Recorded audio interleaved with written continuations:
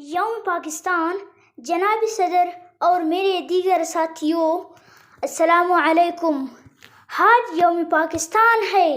برسوں قبل آج کے دن لاہور کے منٹو پارک میں مسلم لیگ کا سالانہ جلسہ مسلمانوں کی عظیم رہنما قائد اعظم محمد علی جناح کی قیادت میں ہوا، جس میں برصغیر پاک و ہند کے لاکھوں مسلمانوں نے شرکت کی۔ ہندوستان کے کونے کونے سے آئے ہوئے مسلمان سننا چاہتے تھے کہ ان کے قائدین نے اس اندھیر نگری سے نجات کے لیے کیا راستہ تجویز کیا ہے، جہاں وہ غلامی کی زندگی بسر کر رہے ہیں، جہاں وہ سب کچھ اپنا ہونے کے باوجود تیسرے درجے کی شہری بنا دیے گئے ہیں،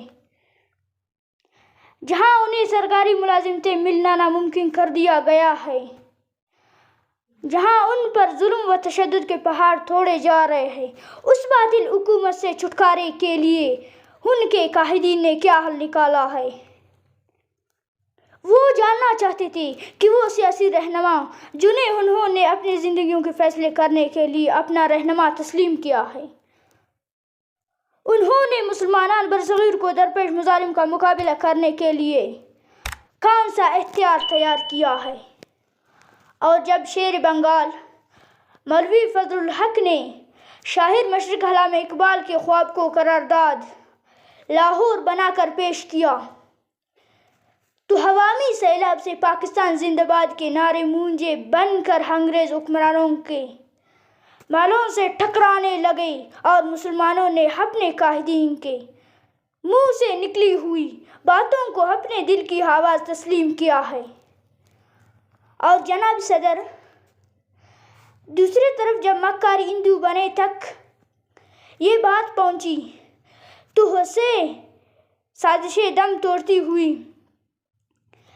نظر آئے۔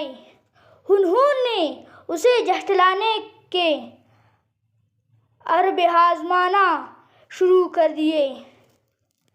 کسی نے اسے لطیفہ قرار دے کر ہنسنے لگتا، کسی نے اسے دیوانے کی بڑھ قرار دیا، اور کسی نے تو اسے تنظیم قرارداد پاکستان کہنا شروع کر دیا، اور جو سچ ثابت ہوئی، قرارداد لاہور قرارداد پاکستان بنی، اور پھر پاکستان تک کا سفر ممکن ہوا۔ ہندو نے اس قرارداد کو جھٹلانے کی ہر ممکن کوشش کی، مذاق اڑایا اور اسے بے وقوفی کہا، مگر وہ ناواقف تھے مسلم قوم کے جوش سے۔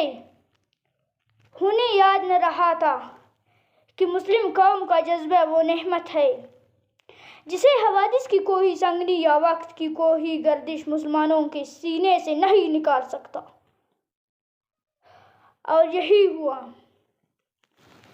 ایک زندہ قوم کے باہمت افراد نے 23 مارچ 1940 کے بعد سے آزادی کا سفر 7 سال کے مختصر عرصے میں مکمل کر لیا۔ دنیا بھر کے سیاستدانوں نے یونیورسل گلوب پر ایک نئی اسلامی مملکت کے نقوش ابھرتے دیکھے، جو ان کے لیے معجزہ تھا۔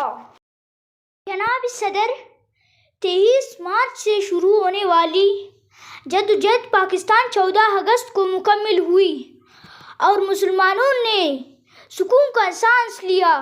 وقت نے کروٹ بدلی اور آج کا دن آیا۔ آج ہم خوش ہیں۔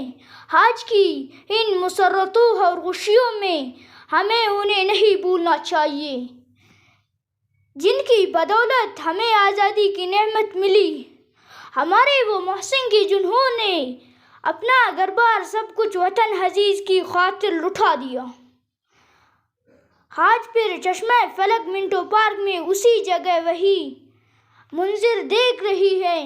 آؤ ہم اپنے قائدین کے احسانات کو یاد کریں، ہم وطن سے محبت کا عہد کریں، اس کی ترقی کے لیے جدوجہد کریں، اس کو سنوارنے میں ایک دوسرے کی مدد کریں، اور اپنے کردار میں خوبصورتی پیدا کر کے عزیز وطن کی خوبصورتی میں اضافے کا باعث بنے، تاکہ ہمارے بزرگ جنہوں نے آزادی کے لیے جام شہادت نوش کیا آج اپنے اس فیصلے پر خوش ہو نہ کہ شرمندہ۔ خدا حافظ۔